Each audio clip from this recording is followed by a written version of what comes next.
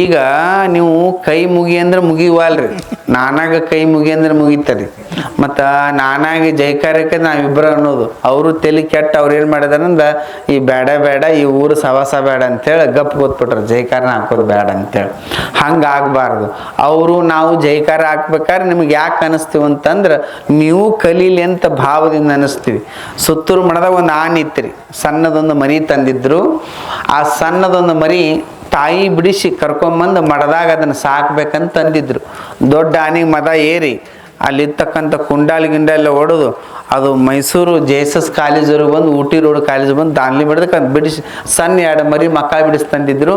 ಅದು ತಿಂಗಾಡ್ಲೆ ಚಾಮುಂಡೇಶ್ವರಿ ಅಮ್ಮನ ಪಾದ ಆ ಸುತ್ತೂರು ಮಠದಾಗಿದ್ದು ಹೊಂಡ ಇತ್ತು, ಅಲ್ಲಿ ದೊಡ್ಡ ಹೊಂಡ. ಅಲ್ಲಿ ಬೆಳದಿಂಗಳ ಸಂಗೀತ ನಡೆದಿತ್ತು. ಹಂಗೆ ಬೆಳದಿಂಗಳ ಸಂಗೀತದೊಳಗೆ ಒಂದು ಸನ 2 ಗಂಡು ಒಂದು ಹೆಣ್ಣು ಅಂತ 2 ಆನೆ ತಂದರು. ಆ ಆನೆಗೆ ಸಂಸ್ಕಾರ ಕೊಡಾಕತ್ತಾರೆ ಮಠಕ್ಕೆ ಬಂದಮೇಲೆ. ಅದಕ್ಕೆ ಡೊಳ್ಳು ತಂದು ವೆಲ್ಕಮ್ ಮನ್ಯಾಗ ಸ್ವಾಗತನಾಗ ಅದಕ್ಕೆ ಬಾರಿಸ್ಬಿಟ್ಟು ಟನ್ನದ್ದು ಜಿಗಿದು ಅಂದ್ರೆ ರೂಢಿ ಇದ್ದಿದ್ದಲ್ಲ ಶಬ್ದ, ತಾಯಿ ಬಿಟ್ಟೆ ಬಂದಿದ್ದಿಲ್ಲ. ಹಂಗೆ ನಿಮಗೂ ಕೂಡ ಯಾವ ಧ್ವನಿನ ಗೊತ್ತಿಲ್ಲ. ನಿಮ್ಗೆ ಜೈಕಾರ ಧ್ವನಿ ಅಂದ್ರೇನು, ಸಂಸ್ಕಾರ ಧ್ವನಿ ಅಂದ್ರೆ ಗೊತ್ತಿಲ್ಲ. ನಾಳೆಗೆ ಯಾವ ದೇವ್ರ ಹೆಸರು ಜೈಕಾರವನ್ನು ಹಾಕ್ತಾರೆ ಅದ್ರ ಜೊತೆ ನೀವು ಜೋರು ಜೈಕಾರ ಹಾಕ್ರಿ. ಸ್ಮರಣೆ ಮಾಡೋದು. ಪ್ರವಚನ ಎಂದರು ಶರಣರ ನೆನೆಬೇಕು ಅಂತ. ಶರಣರ ನೆನೆಯೋ ಎಲೆ ಮನವೇ ಘನಮುಕ್ತಿ ಶಿವಾದವ ಅಂತ ಹೇಳ್ತಾರೆ. ಮಹಾತ್ಮರಂ ನೆನೆಯುವುದೇ ಘನಮುಕ್ತಿ ಅಂತ. ಘನ ಅಂದ್ರೆ ದೊಡ್ಡದು, ಅವ್ರು ನೆನೆಸೋದ ಒಂದು ಮುಕ್ತಿ ಅಂತ. ಅಂದ್ರೆ ನಮ್ಮ ಭಾರತ ದೇಶದೊಳಗೆ ಏನು ಮಾಡ್ಯಾರ ಅಂದ್ರೆ ಶರಣರನ್ನು ಸ್ಮರಣೆ ಮಾಡಬೇಕು ಅಂತಂದ್ರು. ಅತ್ಯಂತ ಪವಿತ್ರವಾದಂಥ ಭಾರತ ದೇಶ ಇದು. ಈ ಭಾರತ ದೇಶದೊಳಗೆ ನಾವು ಬದುಕಿದ್ದೇವೆ, ನಾವು ಹುಟ್ಟಿದ್ದೇವೆ, ಈ ನೆಲದಾಗ ಹುಟ್ಟಿ ಬಂದೀವಿ ಅಂತಂದರೆ ಒಂದು ಜನ್ಮದ ಪುಣ್ಯ ಸಾತಿಲ್ಲ. ನಮಗೆ 7 ಜನ್ಮ ಪುಣ್ಯ ಇದ್ದಾಗ ಮಾತ್ರ ಅದರೊಳಗೆ ಭಾರತ ದೇಶದೊಳಗೆ ಕರುನಾಡಿನೊಳಗೆ ಶರಣರ ಬೀಡದೊಳಗೆ ನಾವೆಲ್ಲ ಹುಟ್ಟಿದ್ದೀವಿ ಅಂತಂದ್ರೆ ಸೌಭಾಗ್ಯವನ್ನು ನಾವು ಆನಂದ ಪಡಬೇಕು, ಚಪ್ಪಾಳೆ ತಟ್ಟಬೇಕು. ಈ ನಾಡಿನೊಳಗೆ ಹುಟ್ಟಿದ್ದೀವಿ ನಾವು. ನೋಡ್ರಿ, ಭಾರತ ದೇಶ ಹುಟ್ಟಿದಕ್ಕೆ ಸಂತೋಷದ ಇಲ್ಲ ನಮಗೆ. ಯಾಕೆ ಸಂತೋಷ ಇಲ್ಲ ಹೇಳ್ರಿ? ಎಲ್ಲರಿಗೂ ಸಂತೋಷ. ಯಾಕಂದ್ರೆ ಇಲ್ಲಿ ಗಾಳಿ ಬೆಳಕು ಸೂರ್ಯ ಎಲ್ಲವೂ ಅದ, ಮಳೆ ಅದ, ಬೆಳೆ ಅದ, ಎರಿ ಭೂಮಿ ಅದ, ದುನಿಯಾದ ಬೆಳೀತದ. ಈ ಭೂಮಿಯೊಳಗೆ ಬಾಂಧವ್ಯದ, ಪ್ರೀತಿ ಅದ, ಸಂಸ್ಕಾರ, ಶರಣರದಾರ, ಸತ್ಪುರುಷರದಾರ, ತ್ಯಾಗಿಗಳದಾರ, ಯೋಗಿಗಳದಾರ. ಇಂಥ ನಾಡಿನೊಳಗೆ ಹುಟ್ಟಬೇಕಾದ್ರೆ ಭಾಳ ಪುಣ್ಯ ಮಾಡಿ. ಒಂದೇ ಜನ್ಮದಲ್ಲಿ 7 ಜನ್ಮದ ಒಬ್ಬ ಸಂತ ಈ ದೇಶದೊಳಗೆ ಒಬ್ಬ ಮಹಾತ್ಮರನ್ನು ಕರ್ಕೊಂಡು ಬಾ ಅಂಥೇಳಿ ಕಳಿಸಿದ್ರಂತ. ಆವಾಗ ಆ ಸಂತ ಅಂದಂತ ಈ ದೇಶ ಬಿಟ್ಟು ಬರೋದಿಲ್ಲ. ಯಾಕಂದ್ರೆ ಈ ದೇಶ ಆಧ್ಯಾತ್ಮಿಕದ ತವರೂರು. ಭಾರತ ದೇಶ ಆಧ್ಯಾತ್ಮಿಕದ ತವರು. ಇಲ್ಲಿ 4 ಜನ ಮಕ್ಕಳಿದ್ರೆ ಒಂದು ಮಗುವನ್ನು ಆಧ್ಯಾತ್ಮಿಕ ರಂಗದೊಳಗೆ ಒಯ್ತಾರೆ. ಇಲ್ಲಾಂದ್ರೆ ದೇಶದ ಕಾಯತಕ್ಕಂಥ ಆ ಭಾರತಾಂಬೆಯನ್ನು ಕಾಯಕ್ಕೆ ಬಿಡ್ತಾರೆ. ಇಲ್ಲಾಂದ್ರೆ ಈ ದೇಶಕ್ಕೆ ಅನ್ನ ಕೊಡುವಂಥ ರೈತನ ಮಾಡ್ತೀವಿ. ನಮ್ಮ ಭಾರತ ದೇಶ ಭಾಳ ಪರಂಪರೆ ದೊಡ್ಡದು, ತ್ಯಾಗಕ್ಕೆ ಬೆಲೆ ಅದ. ಈ ದೇಶ ಎದಕ್ಕೆ ದೊಡ್ಡದಾಗೈತೆ ಅಂತ ತಿಳ್ಕೋಬಹುದು. ತ್ಯಾಗ. ಒಬ್ಬ ತಾಯಿ ನನ್ನ ಮಗ ಈ ದೇಶ ಕಾಯಿಲೆ ಅಂತ ಬಿಡ್ತಾಳೆ. ನಮ್ಮ ಬೆಳಗಾವಿ ಜಿಲ್ಲೆಯೊಳಗೆ ಭಾಳ ಜನ ಮಿಂಟ್ರಿ ಭಾಳ ಸೆಲೆಕ್ಷನ್ ಆಗೋದು, ಮಕ್ಕಳನ್ನು ಸೈನಿಕರನ್ನು ಮಾಡ್ತಾರೆ. ಒಂದು ಈ ಭಾರತ ದೇಶಕ್ಕೆ ನಾವು ಯಾಕೆ ಗೌರವ ಕೊಡ್ತೀವಿ ಅಂತಂದ್ರೆ ಇಲ್ಲಿ ಅನ್ನ ಕೊಡುವಂಥ ರೈತನನ್ನು ಬೆಳೆಸಿ ಹಡಿದು ಕೊಡ್ತೀವಿ. ಇಲ್ಲ ಅಂತಂದ್ರೆ ಸೈನಿಕಾಗಿ ಕೊಡ್ತೀವಿ. ಇಲ್ಲ ಅಂತ ನಮ್ಮಂಥ ಮಹಾತ್ಮರನ್ನ ಈ ನೆಲಕ್ಕಾಗಿ, ತ್ಯಾಗಕ್ಕಾಗಿ, ಧರ್ಮಕ್ಕಾಗಿ ಕಾವಿ ಆಗಿ ಬಿಡ್ತಾರಲ್ಲ, ಅದಕ್ಕಾಗಿ ನಮ್ಮ ತಾಯಂದರು ಈ ನಾಡಿನೊಳಗೆ ದೊಡ್ಡವರು. ಯಾಕಂದ್ರೆ ಈ ನೆಲ ದೊಡ್ಡದು, ಈ ಜಲ ದೊಡ್ಡದು, ಈ ಭೂಮಿ ದೊಡ್ಡದು, ಈ ತಾಯಿ ದೊಡ್ಡವಳು. ಹಂಗೆ ಅಂಬಾ ಮಹೇಶ್ವರಿ ಹೆಸರಿನೊಳಗೆ ನೀವು ಪ್ರವಚನ ಹಚ್ಚಿರಿ, ಪುರಾಣ ಹಚ್ಚಿರಿ ಇಲ್ಲ ನಿಮ್ಮೂರಾಗ? ಹಚ್ಚಿರಿ ಇಲ್ಲವ? ಹಚ್ಚಿರಿ ಇಲ್ಲ? ಯಾಕೆ ಹಚ್ಚಿರಿ ಅಂತಂದರೆ, ಪ್ರವಚನ ಯಾಕೆ ಹಚ್ಚಬೇಕಂತಂದರೆ ಮನುಷ್ಯನ ಬದುಕು, ಆ ಮನುಷ್ಯನ ಬದುಕು ಹಸನಾಗಬೇಕು, ಆ ಬದುಕು ಬೆಳಕಾಗಬೇಕು, ಆ ಬದುಕು ಸ್ವಚ್ಛ ಆಗಬೇಕು. ಮೊದಲು ಮನುಷ್ಯ ಏನು ಕಲಿಬೇಕು ಅಂತಂದರೆ ಸ್ವಚ್ಛತೆಯನ್ನು ಕಲಿಬೇಕು. ಏನು ಕಲಿಬೇಕು ಹೇಳ್ರಿ? ಸ್ವಚ್ಛತೆಯನ್ನು ಕಲಿಬೇಕು. ನಮ್ಮ ಓಣಿ ವಟಾರ, ನಮ್ಮ ಬಟ್ಟೆ, ನಮ್ಮ ಬದುಕು, ನಮ್ಮ ಮನೆ ಹಸನಾಗಿರ್ಬೇಕು. ಬದುಕು ಹಸನಾಗಬೇಕಾದ್ರೆ ನಮ್ಮ ಇರತಕ್ಕಂಥ ವಾತಾವರಣ ಕೂಡ ಹಸನಾಗಿರ್ಬೇಕು. ಆ ವಾತಾವರಣ ನೋಡಿ ನಮ್ಮ ಬದುಕು, ನಮ್ಮ ಮೈಂಡ್ಸೆಟ್ಟು, ನಮ್ಮ ಮಾನಸಿಕ ವ್ಯವಸ್ಥೆ ಬದಲಾವಣೆ ಆಗ್ತದ, ಶಿಸ್ತುಬದ್ಧವಾಗಿರ್ತದ. ಮೊದಲು ಅದನ್ನು ಕಲಿಬೇಕು. ಪ್ರವಚನ ಕಲಿಬೇಕಾದ್ರೆ ಮೊದಲು ಏನು ಕಲಿಬೇಕ್ರಿ? ಸ್ವಚ್ಛತೆ. ಏನು ಕಲಿಬೇಕ್ರಿ? ಸ್ವಚ್ಛತೆಯನ್ನು ಕಲಿಬೇಕು. ಏನ್ರಿ ಅಜ್ಜಾರ ನಿಮ್ಮ ಊರಾಗ ಪುರಾಣ ಹಚ್ಚಿರಿ, ತಡಿಬಿಡಿ ಒಳಗೆ ಒಬ್ಬರ ಹಣಿ ಮೇಲೆ ವಿಭತ್ತಿ ಕಾಣ್ತಾವನ್ರಿ? ವಿಭತ್ತಿ ಕಾಣ್ತಾವ ನಿಮ್ಮ ಮೇಲೆ? ವಿಭತ್ತಿ ಹಂಗಂದ್ರೆ ಏನ್ರಿ ಸರ್ ಎಲ್ಲಿರ್ತೈತೆ ಅಂತ ಕೇಳ್ಬೇಡ್ರಿ. ಹಂಗಂದ್ರೆ ಏನ್ರಿ ಅನ್ಬೇಡ್ರಿ. ಇವತ್ತು ಒಬ್ಬರ ಹಣಿ ಮೇಲೆ ಕಾಣ್ತಾವ. ನಾಳೆಗೆ ಏನು ಮಾಡ್ರಿ ನೀವೆಲ್ಲ? ಮೊದಲು ಸ್ವಚ್ಛತೆಯನ್ನು ಕಲಿಬೇಕು.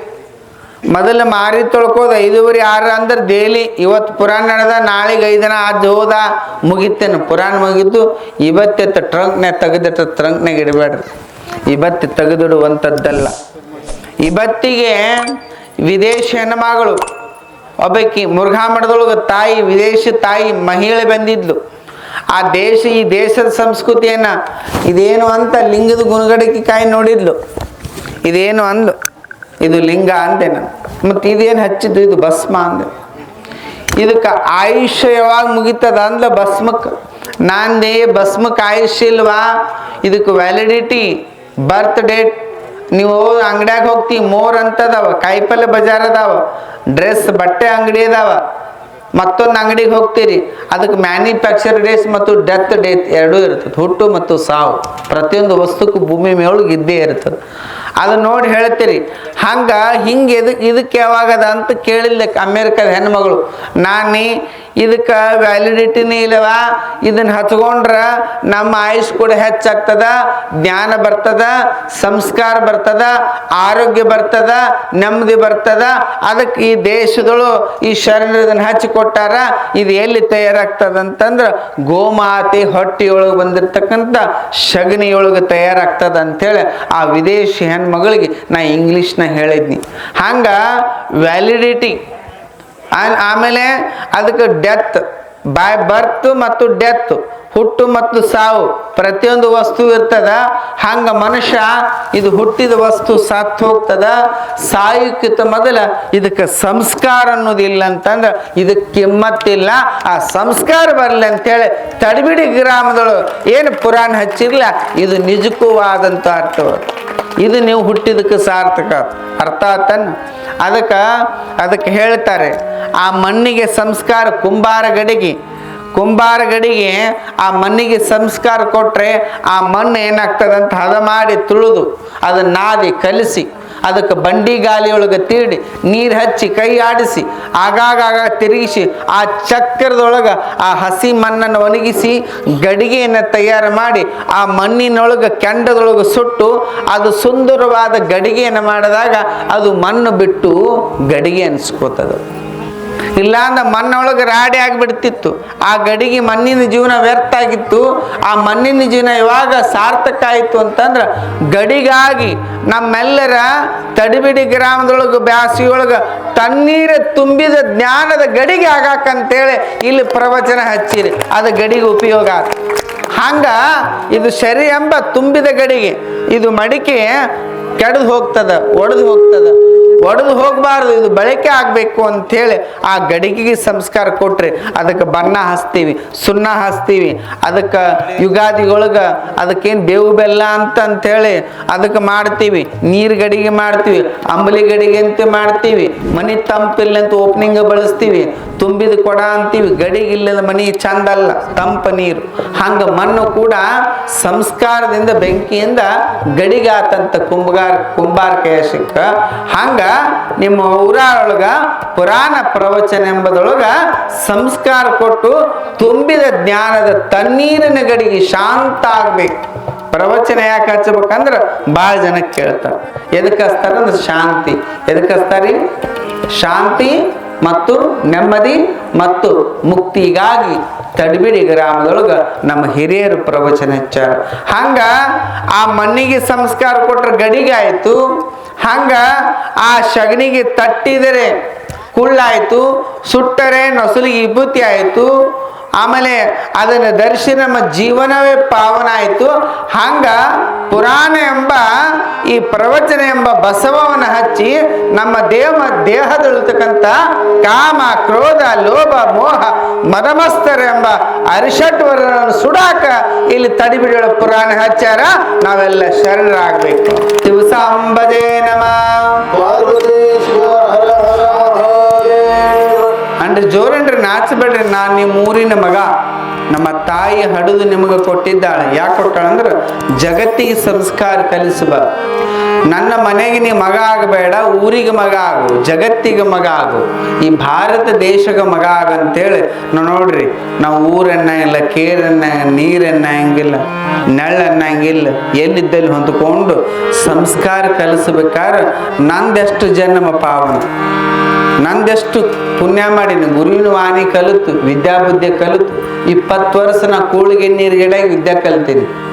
ಮತ್ತು ಕಲಿತು ಅದರ ಉಪಯೋಗ ಅದಕ್ಕೋಸ್ಕರ ನಿಮ್ಮ ಹನಿ ಮೇಲೆ ಭಸ್ಮ ಇಲ್ಲ ಅಂತ, ನಿಮ್ಮ ತಲೆಯೊಳಗೆ 4 ಶರಣ ಜೀವನ ತತ್ವ ಇಲ್ಲ ಅಂತ, ನಿಮ್ಮ ಹೆಜ್ಜೆ ಸಂಸ್ಕಾರ ಹೆಜ್ಜೆ ಆಗಲಿ, ನಿಮ್ಮ ಬದುಕು ಹಸನಾಗಲಿ ಅಂತ ನಾ ಕಾವಿ ತರ್ತೀನಿ. ರೊಕ್ಕ ಗಳಿಸಕ್ಕಲ್ಲ, ಬದುಕು ಕಟ್ಟಾಕ, ನಿಮ್ಮ ಸಮಾಜ ಕಟ್ಟಕ್ಕೆ ನಾ ಸ್ವಾಮಿಗೀನಿ. ನೀವೆಲ್ಲರೂ ಜೋರು ಜೈಕಾರ ನಿಮ್ಮ ಮಗ ಇಲ್ಲಿ ಕೂತ್ ಹೇಳಕತ್ತಾನಂತೇಳಿ ತಿಳ್ಕೊಂಡು ನೀವೆಲ್ಲ ಪ್ರೀತಿಯಿಂದ ನಂಗೆ ಸಹಕಾರ ಮಾಡ್ರಿ. ಸಾಂಬಜಯ ನಮ. ನೋಡು ಹೆಂಗ ಬಂದು ದಂಡನ ಬಡಿಗಿತ್ತ ಚಡಿ ಚಂದ ಇದ್ದ ಗಮ್ ಗಮ್ ಅಂತ ಆಗಿಂದ ಈಗ ಬಡಿದ್ರೆ ಮಾಸ್ತರ್ನ ಜೈಲಿಗೆ ಹಾಕ್ತಾರೆ.